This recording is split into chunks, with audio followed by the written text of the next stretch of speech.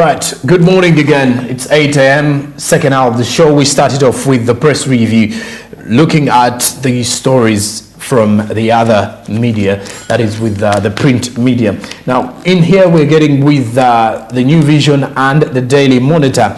Tough new rules on land registration. Big headline here with the New Vision, as the ministry intends to stop land title fraud with this particular move. Now, this is another one coming in from the New Vision, if we are to at least have a look at the other perspective about how things are moving. Tough new rules on land registration, according to the New Vision in here. Now, when you look at the fact that the Ministry of Lands is actually trying to regulate and set up new guidelines on how they can at least make the sector more professional, these are some of the rules that are actually going to be given with more of that. Now, also, when you look at the other issue in regards to panga, thugs, attack, kill policemen, and these are cases that are actually becoming more and more each other day that passes by. So surely it is something that you would definitely want to. The New Vision this morning. Now, the government has issued new tough rules on land registration. I wanted to ask to at least have a look at this one. Now, according to Bamgemereire's report, in between the lines here of the New Vision, on December 8th, 2016, President Yoweri Museveni appointed a 7-member commission of inquiry chaired by the Court of Appeal, Justice Catherine Bamgemereire, to inquire into land matters. Now, in their report, apparently, the commission established that the lands ministry had been hijacked by middlemen who trade in services, leaving landowners in disarray. Now, the ministry is also plagued by the prevalent culture of middlemen who trade in services officially offered at the zonal offices. The people camp at the ministry zonal offices and purport to act as a direct link between clients and the ministry's registrars of titles. Now, from that, this has made land registration costly and led to manipulation of the ordinary persons in registering their interest, according to Catherine Bamgemereire's report. Now, the Ministry of Lands has issued new guidelines to its zonal offices countrywide to efficiently and effectively deliver land services to the people. This is people who are having issues with land titles, people having issues with acquisition of land, whether it is through inheritance, and all those details can go out there and report their cases to these particular offices that are going to be put in place, that have actually been put in place by the Ministry of Lands, Housing and Urban Development. So when you look at registry officials have as well been warned, and because the malpractice should be stopped, then adding that at the doorsteps of land registry officials must completely desist from dealing with land brokers, because apparently these ones have made it hard for those dealing in land and all those that are actually seeking for land to at least get better of it. So, and still with the New Vision as well, police's Enanga has said that security would provide protection to Ugandans in case a strike broke out.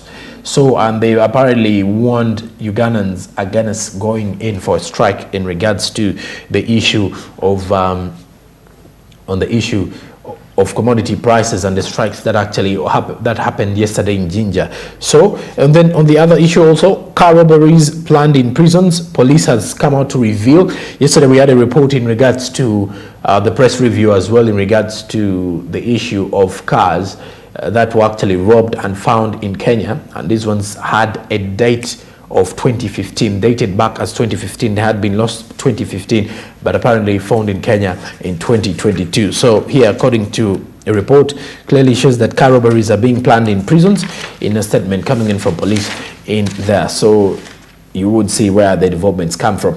Now, also from the perspective of the oil and gas, oil is expected to generate between $2 billion and $3 billion per year. New Vision's report here shows that the first oil roadmap opens up Bunyoro to investment, and in here there is a pictorial of a section of Bulisa Wanseko Road before it was constructed, and it took 4 hours from Hoima to Bulisa. leaders say transport fares have now reduced after the construction and maintenance of this particular job. Now, someone also looks at the factors that the local leaders in Bunyoro region have thanked the government for completing the construction of the Hoima-Butiaba-Wanseko Road, that is 111 kilometers, which they say has spurred developments in Hoima and then Bulisa districts. Bulisa woman MP, Nora Bigira, said that the road had not only changed the lives of the residents in the area, but also opened Bunyoro for investment, possible ways of investment. So you can see when it comes to the issue of transport and how important it is in facilitating trade, the people of Bunyoro are actually looking at it in the perspective and are seeing the changes as it's spurring more of the developments coming in from there.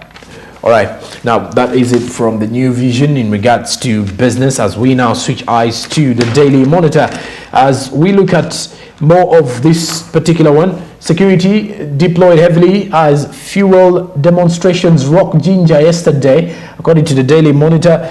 This was a top report that was a developing story, like I said yesterday. Now, security is still on high alert in Jinja, meanwhile, in regards to the fuel protests that rocked Jinja starting yesterday. This is the second time in a few weeks that people in Jinja are rioting over the issue of fuel prices and then the increasing commodity prices. So that is something that most people are actually revealing in there. But police has come out to warn Ugandans across the country to desist from rioting and to desist from demonstrations, because this creates insecurity and uncertainties for the other business community, or for the other people that are willing to continue doing business. And if a stable environment for your friends, then it's not easy for the others to be able to execute their duties well. So that is why police is actually strongly warning these demonstrators to desist from this one.